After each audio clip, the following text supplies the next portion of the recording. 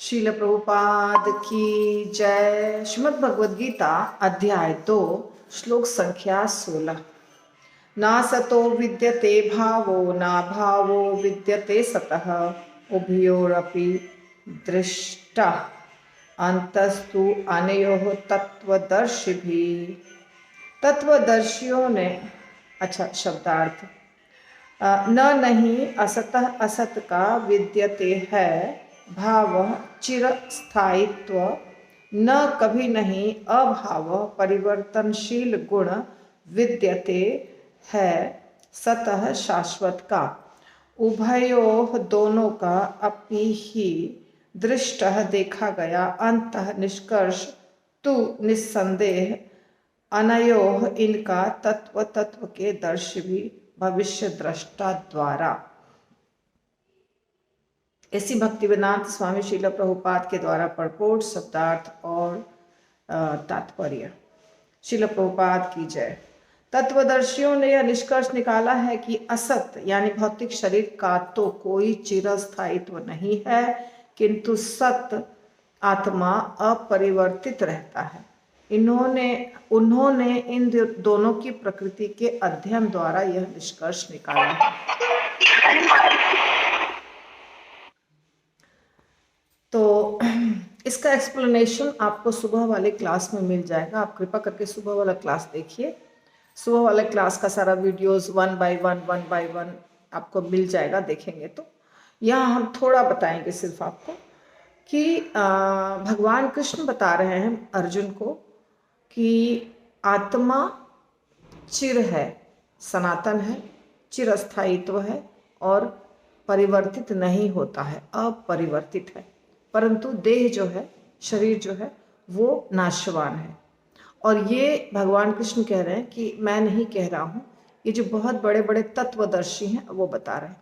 अर्थात भगवान का कहना है कि कोई भी ज्ञान यदि हमें प्राप्त होता है या हम किसी को बताते हैं तो ये नहीं कहना है कि मैं कह रहा हूँ, मेरा अनुभव है, ये नहीं चलता है। हमें जो पूर्ववर्ती आचार्य हैं, बहुत बड़े बड़े आचार्य हैं और गुरु परंपरा है या शास्त्र है, उसका रेफरेंस देना पड़ता है, बताना पड़ता है कि ये भगवान ने कहा या ये वेदों में कहा गया है, इस श्लोक में कहा गया है, भगवद गीता के इस श्लोक में कहा गया है, रामायण में कहा गया है, महर्षि वाल्मीकि ने कहा है, चार कुमार ने कहा है, ऐसे ऐसे बताना पड़ता है, तब उसकी मान्यता है, अन्यथा नहीं। तो ये बात दो चीज़ें कि आत्मा अपरिवर्तित है और शरीर नष्ट होने वाला है, ये दो चीज़ें सिर्फ इसमें बताया गया है।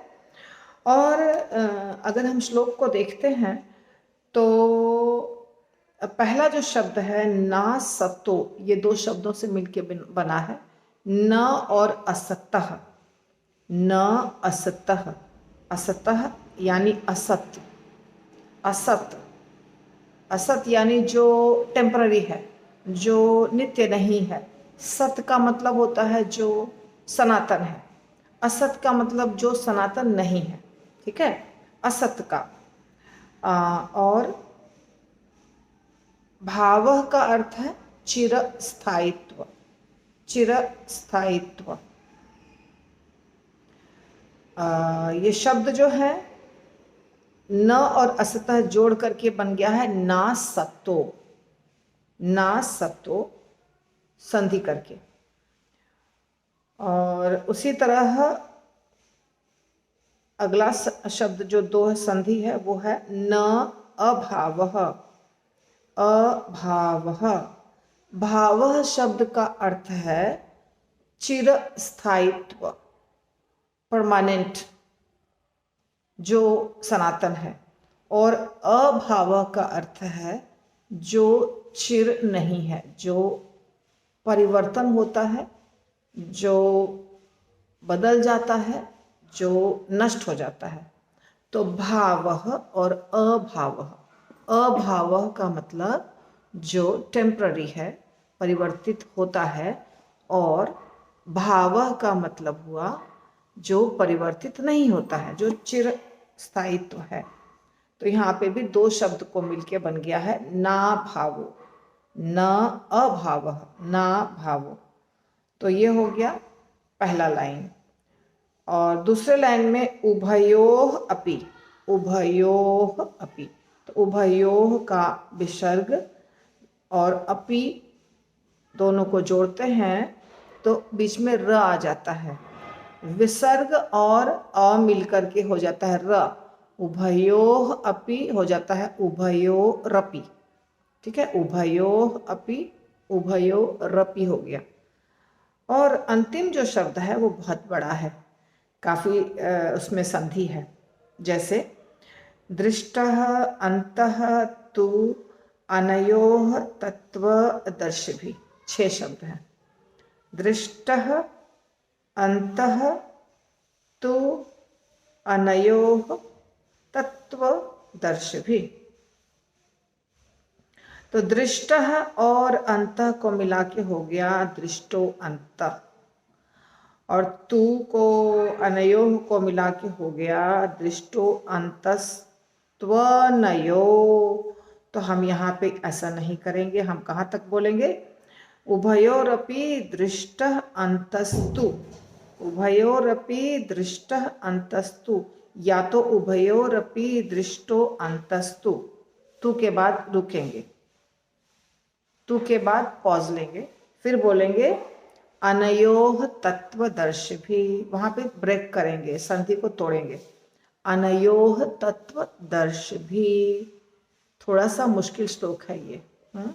ना सतो विद्यते भावो, ना भावो विद्यते सतः, उभयोरपि दृष्टो अंतस्तु, उभयोरपि दृष्टो अंतस्तु अनयोः तत्त्वदर्शिभिः, ऐसे बोलना है।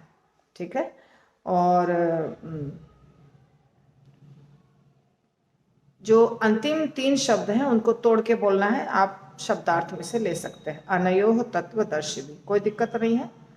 और दृष्टः अंतस्तु भी बोल सकते हैं, दृष्टो अंतस्तु भी बोल सकते हैं। दृष्टः अंतस्तु, दृष्टो अंतस्तु यहाँ पे बोल सकते हैं। तो ये पूरा शब्द जो है ये टूट के टुकड़े टुकड़े में बट जाएगा।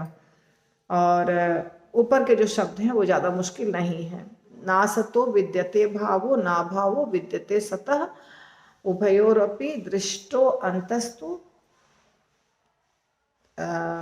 अनयोः तत्त्वदर्शिभिः, अनयोः तत्त्वदर्शिभिः, ऐसे करके हमको इसका उच्चारण करना है। तो जो YouTube पे देख रहे हैं वो मुश्किल शब्दों को कई बार उच्चारित करेंगे, बोलेंगे। जो उनको बहुत मुश्किल लग रहा है उसको बार बार रिपीट करेंगे 10-10 बार। और जो सामने है वो मेरे सामने प्रैक्टिस करेंगे। उसके बाद पूरे श्लोक को हमको बोलना है, जैसे मैं बोल के सुनाती हूँ।